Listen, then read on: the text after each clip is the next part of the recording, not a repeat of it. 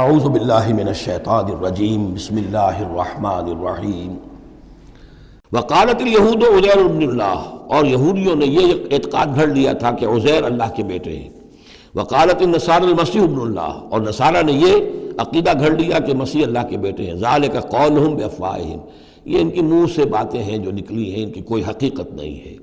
یظاہرون قول الذین کفروا من قبل، یہ ریس کر رہے ہیں، نقل کر رہے ہیں ان لوگوں کی باتوں کی کہ جو ان سے پہلے جنہوں نے کفر کیا تھا۔ یہ میں اشارہ کر چکا تھا کہ متھرائزم یہ ایک مذہب تھا پرانا، اور خاص طور پر مصر اس کا بہت بڑا مرکز تھا۔ تو جب یہ سینٹ پال نے جب تبلیغ شروع کی ہے عیسائیت کی، اور وہ وہاں سے پھر بات جو ہے آگے بڑھی ہے، اور جینٹائلز کے اندر بھی تبلیغ اس نے شروع کی، تو اس نے پھر اپنے مذہب میں ایسے اعتقادات شامل کر لیے کہ یہ جو دوسرے مذہب کے لوگ ہیں وہ آسانی سے ہمارے اس مذہب میں عیسائیت میں آ جائیں۔ تو جو تثلیث مصر میں پہلے سے موجود تھی، اسی تثلیث کے نام بدل دیے۔ مصر میں تثلیث تھی God the father, Horus the son of God, and Isis the God mother. تو اللہ خدا اور ایک خدا کی ماں، وہ جو آئسس دیوی یعنی اور خدا کا بیٹا، تو اللہ اور عیسیٰ اور مریم، یہ پہلی تثلیث تھی ابتدائی کی جو بنی ہے۔ God the father, Horus the son of God, and Isis the God mother. تو انہوں نے ان کی نقالی کی ہے، اس نقالی میں انہوں نے یہ تثلیث ایجاد کر لی ہے۔ قاتلہم اللہ انا یوفکون، اللہ تعالیٰ انہیں قتل کرے، ہلاک کرے، یہ کہاں سے بچلائے گئے ہیں۔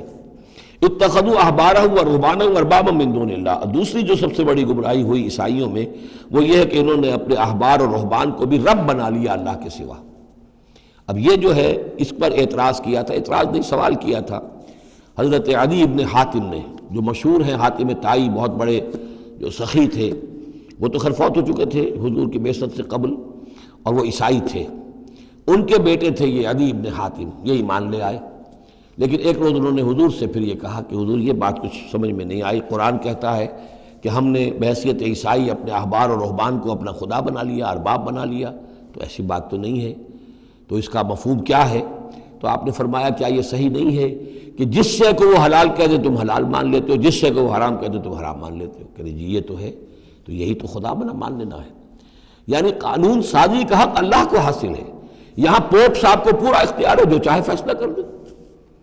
تو 2000 سال تک تو حضرت مسیح کو سولی دینے کا الزام یہودیوں پر رہا، اب آ کر اچانک انہوں نے ایک ڈیکری، ایک فرمان کے ذریعے سے بری کر دیا۔ تاریخ کو بدل دیں، حرام کو حلال کر دیں، حلال کو حرام کر دیں۔ یہی ہمارے ہاں بھی ایک پوپ ہوتے ہیں، یہ جو ہمارے یہاں اسماعیلی ہیں، ان کا جو امام حاضر ہے وہ معصوم ہے، اور وہ جس چیز کو چاہے حلال کر دے، جس چیز کو چاہے حرام کر دے۔ انہوں نے بھی شریعت ساخت کی ہوئی ہے، اسماعیلیوں پر شریعت نہیں ہے۔ ایک اسماعیلی وہ ہیں جو ہنزا وغیرہ میں رہتے ہیں، ان کے ہاں شریعت ہے، یہ پرانے اسماعیلی ہیں کہ جو باہر سے آ کر یہاں پر آباد ہوئے تھے۔ ایک یہ گجرات کے علاقے میں آ کر جب اسماعیلیوں نے اپنی تبلیغ کی ہے تو انہوں نے وہی کیا جو سینٹ پال نے کیا تھا، شریعت ساقط کر دی۔ اور جو ہندوؤں کا عقیدہ تھا اس کے اندر 9 اوتار تھے، 9 اوتار آ چکے ہیں دنیا میں اللہ کے، ان کا کہ حضرت علی 10ویں اوتار ہیں، 10م اوتار، وہ 10م اوتار ان کے عقیدے میں شامل ہو گیا، اور جو ان کا امام حاضر ہے اسے پورا اختیار حاصل ہے، شریعت کی جس چیز کو چاہے منسوخ کر دے، جو چیز چاہے حرام قرار دے دے، جو چیز چاہے حلال قرار دے دے، یہ ہے دین۔ تو اتخذوا احبارهم ورهبانهم، تو یہ تو گویا کہ خدا ہی بنا لیا، یہ اختیار تو خدا ہی ہے۔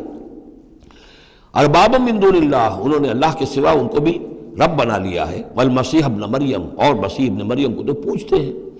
وما امروا الا لیعبدوا الہا واحدا، انہیں نہیں حکم دیا گیا تھا مگر اس بات کا کہ وہ پوجے صرف ایک الہ کو، لا الہ الا ہوا، نہیں ہے کوئی معبود اس کے سوا، سبحانہ عما یشرکون، وہ پاک ہے اس سے کہ جو شرک یہ کر رہے ہیں۔ صدق اللہ العظیم۔